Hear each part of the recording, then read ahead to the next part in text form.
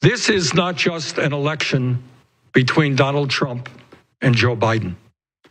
This is an election between Donald Trump and democracy. And democracy must win. If you're one of the many Americans who are concerned about Donald Trump refusing a peaceful transition of power should he lose his reelection bid, or if you're worried about him stealing or rigging the election, luckily, you're not the only one, and luckily there's at least one Democrat in the Senate who's fighting pretty aggressively to stop him. Now, the only problem is he can't do it alone, and so Bernie Sanders, in an important address that he gave recently, lays out a game plan of what could happen, what should happen to prevent Donald Trump from engaging in a dictatorial takeover.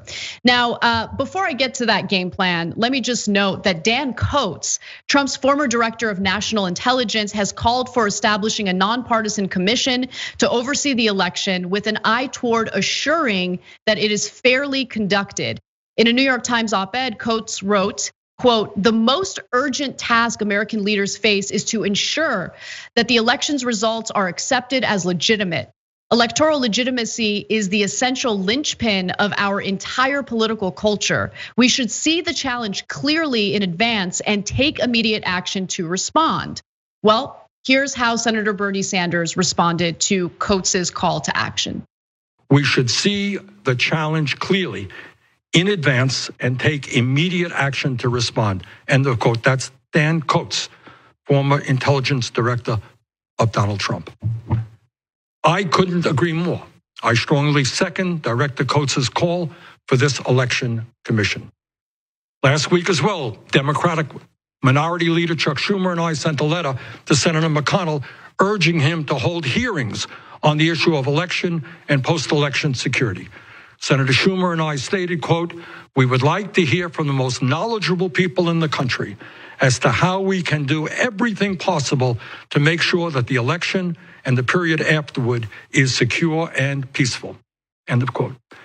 Majority Leader McConnell, please respond to that letter. Please establish that bipartisan committee. And today I call on every elected official in America, whether they be Republican, Democrat, or Independent, to vigorously oppose voter suppression and voter intimidation, to make sure that every vote is counted and that no one is declared the winner until those votes are counted.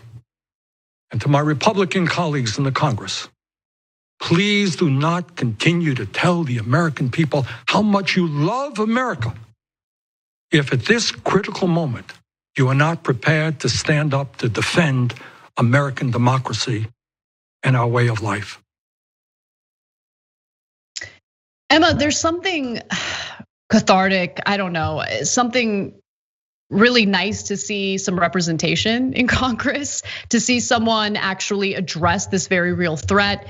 We'll go to his video explaining what we can do in just a minute, but I wanted to get your thoughts so far. Well, Bernie, it's good to see you again, not under these circumstances, but I'll reiterate what I said in the last segment.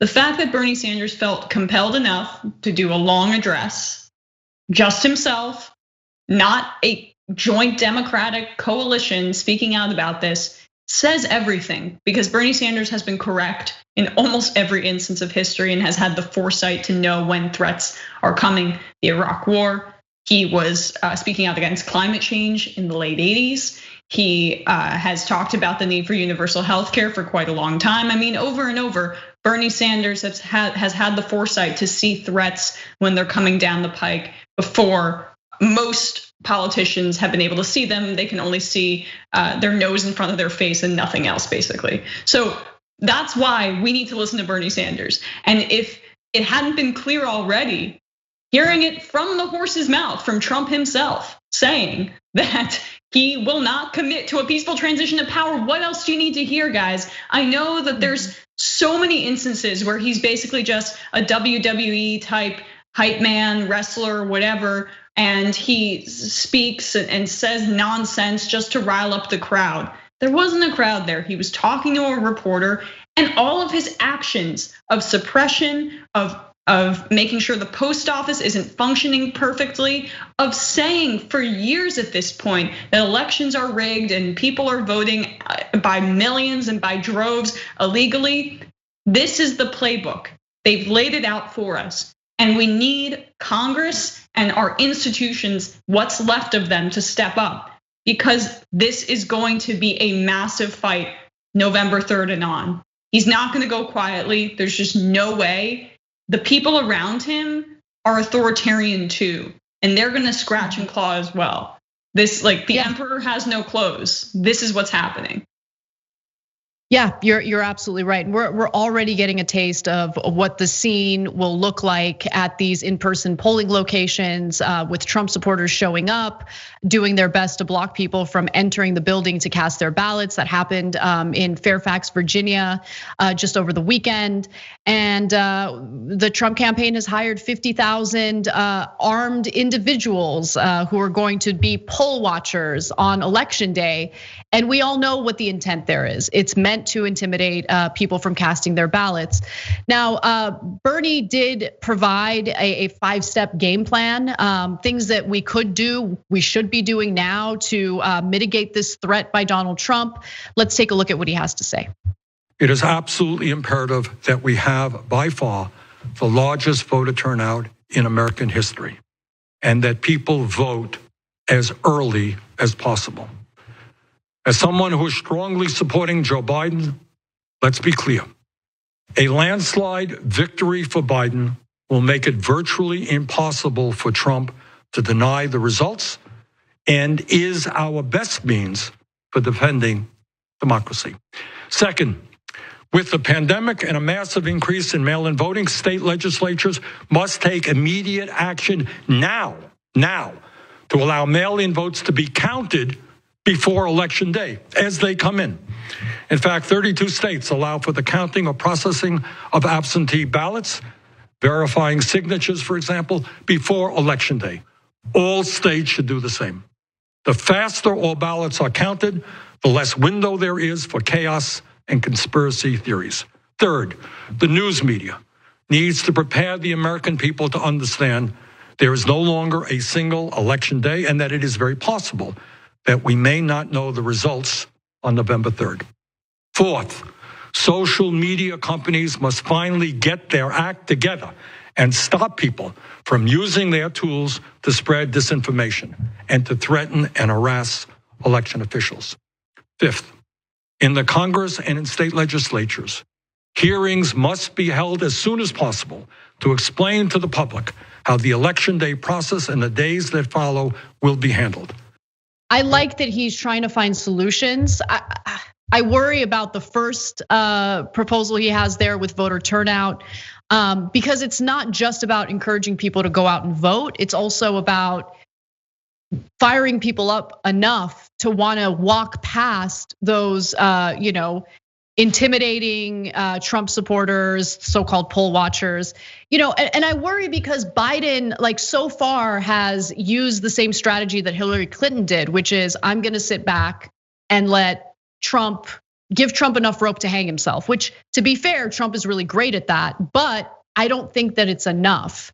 So everyone likes to mention how in national polls, Biden still has a lead, but having a lead in national polls isn't necessarily indicative of a win when it comes to the Electoral College. If you look at swing states, battleground states, Trump has managed to close a pretty significant lead that Biden had over him. And I'm just worried about that, right? So I know that's out of Bernie Sanders's control, but it's just like a note to the Biden campaign, wakey, wakey. If you want to win by a landslide, then you need to campaign as someone who wants to win by a landslide.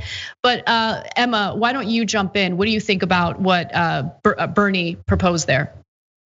It sounds like a guy who wants Trump to win. I don't know what you think, but it seems like he wants to sabotage Biden and make sure that Trump wins. Although that's what MSNBC told me, I guess.